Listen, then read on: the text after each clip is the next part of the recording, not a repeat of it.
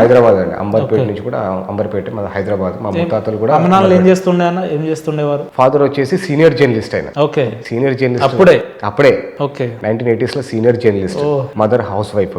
ఎంతమంది పిల్లలన్నా మీరు? మేము మొత్తం నలుగురం అండి. ఓకే. నేను పెద్దవాడిని, ఆ తర్వాత చెల్లెలు అడ్వకేట్, తమ్ముడు ఆయన సైకాలజిస్ట్. అయినా ఫ్యామిలీ అంతా వెల్ సెటిల్డ్. చిన్న చెల్లెలు మ్యారేజ్ అయింది. అందరు కూడా మ్యారేడ్ మొత్తము. మీకు ఎంతమంది పిల్లలు? నాకు 2 పిల్లలండి. ఓకే. ఏం చేస్తారు వాళ్ళు ఇప్పుడు? వాళ్ళు ఇప్పుడు 6th and 7th క్లాస్ చదువుతున్నారండి. అంటే వాళ్ళని కూడా మీ లెక్కనే పెంచుతున్నారా? ఎవరైనా ఆపద వస్తే వాళ్ళకు సహాయం చేయాలనేటట్టుగా పెంచుతా అండి. దేశం నాదండి. భారతదేశంలో ప్రతి ఒక్కరికి కూడా నా మనుషులే అండి. నా తోడబుట్టిన వాళ్ళు అంతా మొత్తం భారతదేశంలో పుట్టిన వాళ్ళు తోడబుట్టిన వాళ్ళే. ఎందుకు సాయం చేయొద్దండి? ఖచ్చితంగా చేస్తాను సాయం. అంటే మీకు అది మొదటి నుంచి వెన్నతో పెట్టిన విద్య కాబట్టి ఆ రకంగా ఉంటారు అంతేనా? అంటే నాకు సాయం చేయడంలో తృప్తి నాకు దీంట్లో కలగలేదండి. వాళ్ళ కళ్ళలో కనిపించే ఆనందము, నేను ఏదైనా చేయగలుగుతా నేను వీళ్ళ గురించి అని చెప్పేసి ఇంకా ఉత్సాహంగా నేను ముంగడికి వెళ్తున్నాను. అన్న పొద్దున్న లేస్తే మీరు ఎంతో మంది ఎన్నో రకాల సమస్యలతోటి మీ దగ్గర చిన్న ప్రజలు వస్తూ ఉంటారు కదా, మీకు వాళ్ళ సమస్యలు విన్నప్పుడల్లా నిజంగా మనస్ఫూర్తిగా అరే ఏంటి ఇది అన్నట్టు మనస్ఫూర్తిగా బాధ అనిపించిన సన్నివేశాలు ఏమైనా ఉన్నాయన్న? ఉన్నాయండి, చాలా ఉన్నాయి. డబ్బులు తీసుకొని ముంచడం మెయిన్గా.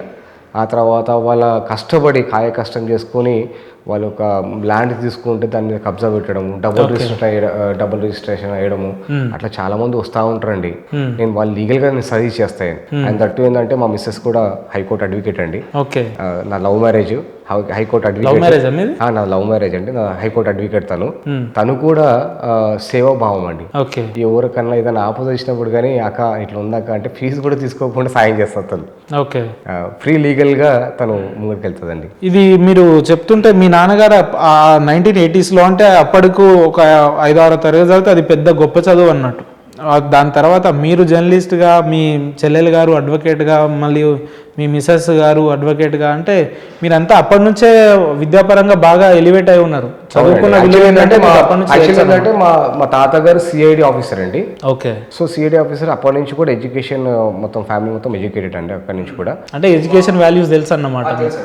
ఎడ్యుకేషన్ మీరు ఎంత చదువుకున్నారన్న? నేను గ్రాడ్యుయేషన్ పూర్తి చేశానండి. నేను ఇక్కడ హైదరాబాద్ లేదంటే వేరే? లేదండి, హైదరాబాద్, ఇక్కడ లోకల్ హైదరాబాద్ లో నేను పూర్తి చేశానండి. గ్రాడ్యుయేషన్ పూర్తి చేసి జర్నలిజంకి వచ్చాను నేను. రైట్ అన్న, మీరు ఇందాక పేదవాళ్ళు ఎవరన్నా ఆపదని చెప్పి మా ఇంటి గడప దొక్కితే మేము సాయం చేస్తామని అన్నారు కదా, జర్నలిస్ట్ అని కూడా అన్నారు మీరు. జర్నలిస్ట్ అంటే ఒక సమాజంలో ఒక గౌరవప్రదమైన స్థానం, పోస్ట్ అది.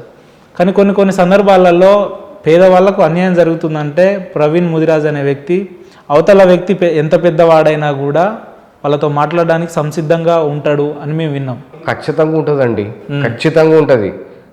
మేము ఖచ్చితంగా సాయం చేస్తాం. ఎందుకంటే పాపం వాళ్ళు ఎవరితో చెప్పుకోలేక, ఎవరితో ఏమనలేక వాళ్ళకి సరైన గైడెన్స్ ఉండదండి. నేనేం చేస్తా అంటే వాళ్ళ కష్ట సుఖాలు మొత్తం విన్న తర్వాత వీళ్ళని పోలీస్ స్టేషన్ పంపించడము, లేకపోతే కనుక సివిల్గా అడ్వకేట్స్ దగ్గర పంపించడము, అలా నేను చేస్తూ ఉండండి. పోలీస్ స్టేషన్లో మీరు మాట్లాడుతున్న సందర్భాల్లో అవతల వ్యక్తుల దగ్గర నుంచి అన్యాయం జరుగుతుందో ఖచ్చితంగా అడుగుతాండి నేను.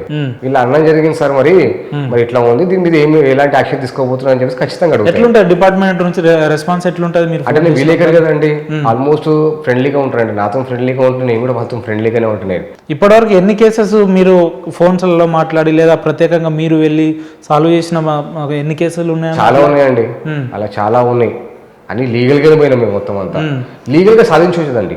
ఇన్ని కేసులలో అరే నాకు ఈరోజు ఈ పని నా వల్ల ఒకరికి మేలు జరిగింది, నాకు సంతృప్తి ఉంది అనే ఒక అంశం ఎప్పుడైనా అనిపించిందా? చాలా సార్లు అనిపించిందండి. నేను చేసే పని అదే అండి మొత్తం.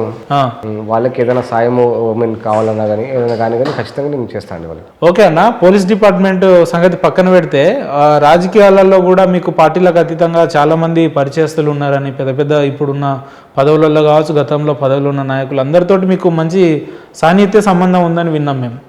ఎట్లుంటదన్నా? ఉన్నాయన్న. ఫస్ట్ ఏంటంటే మా పొలిటికల్ గా మా ఫాదర్ ఉన్నారు, ఆ తర్వాత మా అదొక ప్లస్ పాయింట్ నాకు ఒకటి. ఇంకొకటి ఏంటంటే విలేకరిని కాబట్టి అందరితో కూడా బాగా సంబంధం లేదండి. సమస్యల గురించి ఖచ్చితంగా చేస్తారు. వాళ్ళకి సరైన పద్ధతిలో పోయి ఎక్స్ప్లెయిన్ చేసి అన్న ఈ విధంగా ఉందన్న, ఈ విధంగా చేస్తే పాపం వాళ్ళు బయటపడతారన్న, మీరు ఒక చిన్న ఫోన్ చేస్తే అయిపోతుంది అన్న అని చెప్పేసి అంటే పాపం వాళ్ళు ప్రవీణ్ తీసుకొచ్చిండా, ప్రవీణ్ అంటే న్యాయమే ఉంటుంది ఖచ్చితంగా అని చెప్పేసి వాళ్ళు బాగా సహకరిస్తారు. సెంట్రల్ పార్టీ వరకు కూడా మీకు అనుచరులు ఉన్నారు, సన్నిహితులు ఉన్నారని విన్నాం. ఉన్నారండి. ఎందుకంటే నేను 10-15 ఇయర్స్ ఉన్న వాళ్ళు ఇప్పుడు ఎమ్మెల్యేలు, అప్పుడు మినిస్టర్లు సెంట్రల్ మినిస్టర్లు కూడా అయ్యారండి. అంటే మీరు అంబర్పేట కాబట్టి ప్రశ్న అడుగుతున్నా. అంబర్పేటలో మన కేంద్ర మంత్రి కిషన్ రెడ్డి గారు కూడా ప్రాతినిధ్యం వహిస్తున్నారు కదా, వారితో ఎట్లుంటది మీకు సంబంధం? బాగుంటుందండి. కిషన్ రెడ్డి గారు కూడా అందరితో కూడా బాగానే ఉంటారు అతను. ఎందుకంటే 10-15 ఇయర్స్ కలిసారా? ఏదైనా సమస్య చాలా సమస్య ఎట్లా రెస్పాన్స్ ఉంటుంది? చాలా బాగుంటుందండి. రెస్పాన్స్ కూడా చాలా బాగుంటుంది. ఇమీడియట్ గా రియాక్ట్ అవుతాడు. కానీ న్యాయం ఉండాలి, ఆ న్యాయం ఉంటే రియాక్ట్ అవుతాడు. ఈవెన్ మా ఎమ్మెల్యే గారు కూడా, ఎమ్మెల్యే కాలేరు వెంకటేష్ అన్న కూడా ఎంబడి ఇమీడియట్ గా రియాక్ట్ అవుతాడండి.